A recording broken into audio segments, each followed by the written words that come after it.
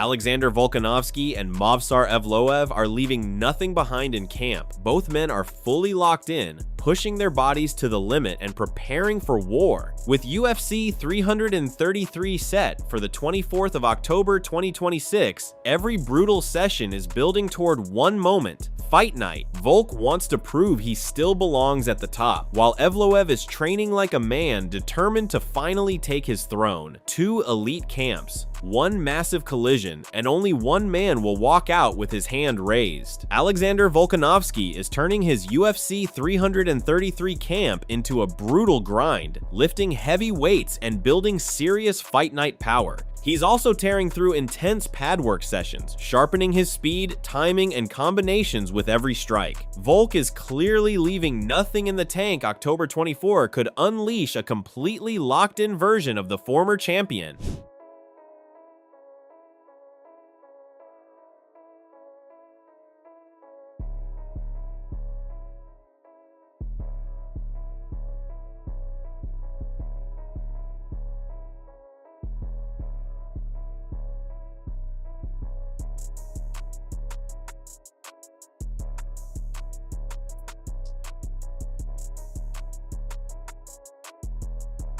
UFC champion Demetrious Johnson believes it's about damn time. Movsar Evloev finally gets his shot at Alexander Volkanovski, but he sees a brutal problem for the undefeated contender. Johnson predicts Volk's speed, angles, and relentless movement will tear Movsar apart if he can't secure the takedown and keep the former champion grounded. The real question is whether Movsar can control Volk at all, because Johnson sees Volkanovski as a nightmare matchup that could expose every weakness in Evloev's game. It's a great matchup. And then the main event, Movsar, undefeated, taking on Alex Volkanovski. It's about fucking time Movsar gets the opportunity to fight Volkanovski.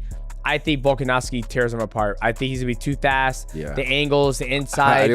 I just don't see. Movsar's gonna have to really get Alex Volkanovski to the ground and hold him. Israel Adesanya believes Movsar Evloev could be in serious trouble against Alexander Volkanovski because Volk is simply too strong and too difficult to hold down. He points to Volk's ability to handle elite grappling and questions whether Movsar can control him for long. Adesanya's brutal prediction: Volk could wash Movsar and make this fight look easy. I think, yeah, the size will play a factor because Volk is thick. He's a big boy. You're right. I don't see how Movsar is going to hold him down for that long. I'm trying to think of Movsar as a striker as well, and his kicks, they're not like Usman or anything, so nah, I think Volk's going to watch this one. He's going to make this one look clean. Straight up, I think he is. Yeah, I think he is. He's going to make it look clean. It's going to be just, yeah. But again, I'm biased. Don't ask me why. I'm biased. However, Michael Bisping argued that Volkanovski has made opponents look completely helpless with his elite footwork and movement. At 37, questions about Volk's age are flying, but his experience, discipline, and years of elite competition make him more dangerous than ever. The real question is whether Evloev can finally break through the Volk puzzle before the veteran makes him look ordinary. You know, where Volkanovski's shutting people out, and yeah, we all know about the footwork and stuff, but how old is he now? He's got to be. He's getting up there. 36, 37. No, you know, is he 36, 37? Yeah, I thought he was older. There was the. He's 37. 37. Oh, so he's still 37. I mean, yeah. I mean, he's had a long career, but not just from mixed martial arts, but he also played rugby. So yeah, and I think he's taking care of his body. Shifting to another verdict, Jorge Masvidal believes Movsar Evloev has a real chance to pull off the upset against Alexander Volkanovski. He points to Movsar's rapidly improving stand-up and believes he could mix his striking with his dangerous wrestling to give Volk serious problems. The big question is whether Movsar can use that pressure and versatility to outwork one of the greatest featherweights ever. Alexander Volkanovski taking on Movsar Evloev. Yeah, man. ATT. We've been waiting on this one to get announced. So y'all been sitting on this. Y'all knew. And this guy, y'all been sitting on this. This guy's been in shape for a long time. Yo, that dude looks like he's never eaten a cookie. Never eaten a carb. You might be right. Yeah. And he trains like it too. I mean, he's disciplined. Even when he has no fight in sight, he's at the gym. Yeah. He leaves back home where he's from in the Caucasus area, comes here, spends 5-6 weeks. Even when he has no fight, then a fight gets announced, he's already in shape when he gets into camp, you know. Now, he's fighting, I think, one of the best 145ers, best mixed martial artists ever. But I think he could pull it off, man. Oh yeah. I think do you Movsar guys could pull think it off. is he because in his last fight he used wrestling later on in the fight, but in the beginning he was standing, and his stand-up looked way better than what everybody gives him. No, he credit has good for. stand-up. Do you see him outstriking Volkanovski? However, Masvidal said Movsar brings youth, relentless pressure, and a third lung that could push Volkanovski into deep waters. But Volk's striking is on another level, one of the best to ever grace the sport. To beat him, Movsar must mix his wrestling with heavy strikes and never let Volk settle into his rhythm. If the fight reaches the championship rounds, Movsar's insane pace could force Volk to feel every second of his age. Volk is very hard to control. Exactly. You know. And very hard to take down, bro. Yeah. Crazy hard to take down. I think he's gonna have to do a mixture of both, to tell you the truth. I don't think he's as good on the feet as Volkanovski. I think Volkanovski's one of the best on the feet ever to grace his sport. And the way that he just puts everything together. And if he's gonna beat him that day, he's gonna have to do both, you know, throw heavy shots, Use hit that him to good set on up the takedowns. legs, and more than anything, rely on the one thing he might have over Volk, which Volk, I've never seen him tired. I'm not saying that he gassed or nothing, but Youth. Movsar does have the youth and a third lung. Like you could ask Dustin, you could ask anybody seen this guy. He does not get tired. Right. He just does not. He'll keep the same pace. He'll go 85% of his ability the whole 5 rounds without missing a beat, you know, and whether it's wrestling or striking. So I really think he has to lean into that and just get Volk's heart rate up there, make him feel every bit of the age, you know. And he also got just like weird ability to like find a way to capitalize on something, to steal around. Like when he fought Arnold Allen, boop, jabbed him, stole around, hurt him. Aljamain Sterling like found a way to steal those rounds. Lerone Murphy found a way, like the close rounds, found a way to steal those rounds. That fight was pretty close. It was close, man, Yeah. but Movsar, I don't know if it's his body language or just the intensity that he starts to put out when he realizes that it's getting close, and he goes. Masvidal highlights Movsar's terrifying ability to find another gear when the fight gets close. He can suddenly turn it up, steal around, and create momentum when his opponent least expects it. While Volk may be getting tired and foggy late, Movsar stays clear, composed, and dangerous. And when both fighters are exhausted, Dan Thomas believes Movsar could be the one who sprints to the finish and steals the fight. He has another gear. Everybody has like 5 gears. He's got like 6th and 7th gear. And when you're getting tired and it's like 3rd, 4th, and 5th round, you're getting a little foggy, he's staying clear put. Like I see him in the corner all the time. He's getting instructions. He's having full conversations with the coaches. They're bringing in 2-3 different guys to wear him out, and his body language is not changing. So he's built for those moments. When both horses are tired, he's gonna be the one to sprint it always at the end. The analyst finally leans toward Volkanovski, trusting Volk's elite fight IQ and ability to control rounds. He sees Volk as too smart, too well-rounded, and too strategic to overlook Movsar. But Movsar's relentless pressure and wrestling remain the biggest threat, forcing Volk to avoid those dangerous traps. Final pick, Volkanovski. The veteran's experience and intelligence could be the difference when the fight gets deep. Yeah, I would go. I'm gonna lean towards Volk on this one. You are? He's so smart. He's just so smart. everywhere. He's so well-rounded. One of the best. Like you were saying, he's a guy who knows how to win rounds. Yeah, he's another, but he does it like in a strategic way. Like he'll get you to do, like Movsar, you'll see him just kind of like turn it on, like you said, but Put more gas out. Volk will be like, all right, I'm gonna get you to go this way, then bing. Yes, yeah, and do something slick. He's outthinking people on the feet for sure. Making you make mistakes, making you make bad decisions. But as an older fighter, that's how you have to fight. Yeah. Because you're not gonna outdo him, you're not gonna outrun him. So I still don't know. You gotta set traps. Yeah, you gotta set them traps. So I guess it's a matter of can Movsar stay out of the traps?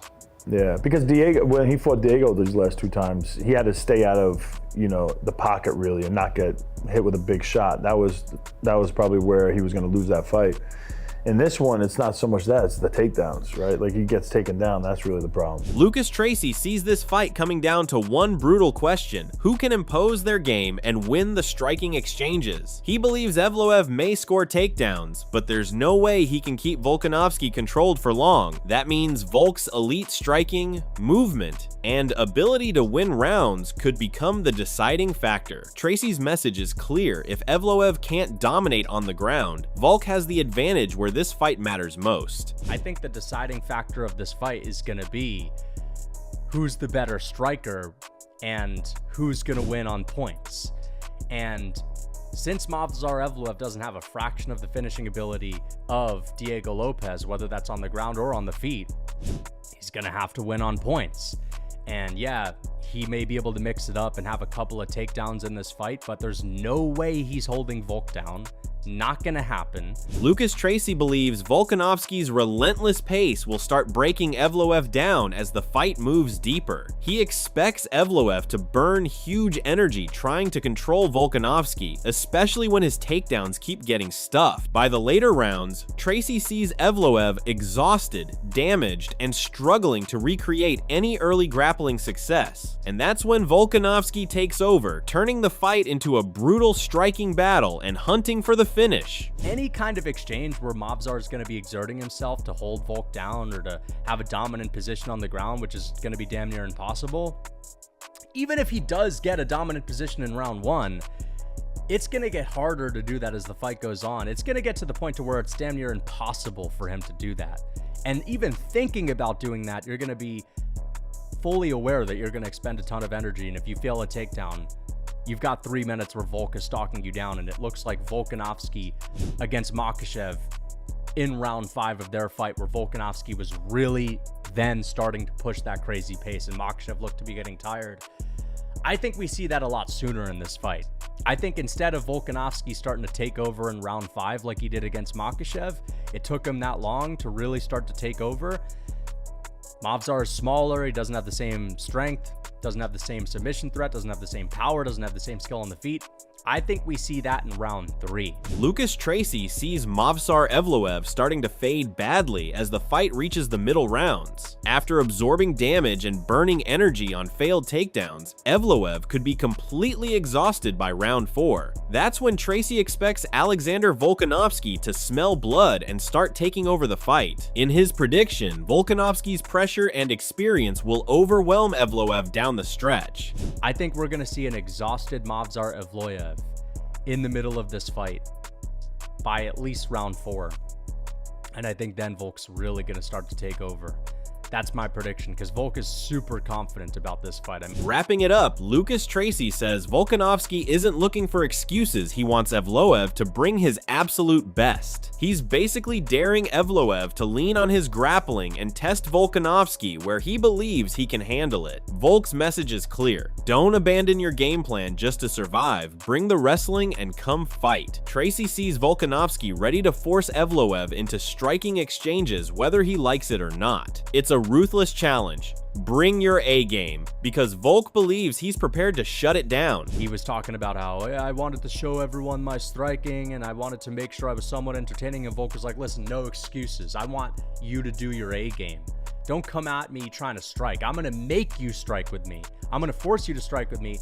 If you're confident in your grappling first and foremost, bring your A game with the grappling. In the end, Alexander Volkanovski and Movsar Evloev are entering UFC 333 with absolutely nothing left in the tank. Volk is sharpening his power, speed, movement, and fight IQ, while Evloev is building pressure, wrestling, and relentless conditioning. Demetrious Johnson, Israel Adesanya, Michael Bisping, and Lucas Tracy all see major questions surrounding Evloev's ability to control Volk for long. Jorge Masvidal believes Evloev's youth, pace, wrestling, and improving striking could push Volkanovski into a brutal late fight battle. But Lucas Tracy believes Volk's elite striking, experience, and relentless pace could break Evloev down once the takedowns start failing. Everything points toward a war of experience versus pressure, and on October 24, only one man will leave UFC 333 33 with his hand raised. The predictions are flying, the camps are heating up, and both men are preparing for the biggest test of their lives. Can Evloev finally dethrone the former champion? Or will Volkanovski prove once again why he remains one of the most dangerous fighters alive? October 24 could deliver a statement victory that changes the entire featherweight division. Volk versus Evloev, no excuses, no escape, just war. If you're hyped for Volkanovski versus Evloev, smash that like button and share this video. Subscribe now and turn on notifications so you don't miss the latest UFC 333 breakdowns and fight predictions.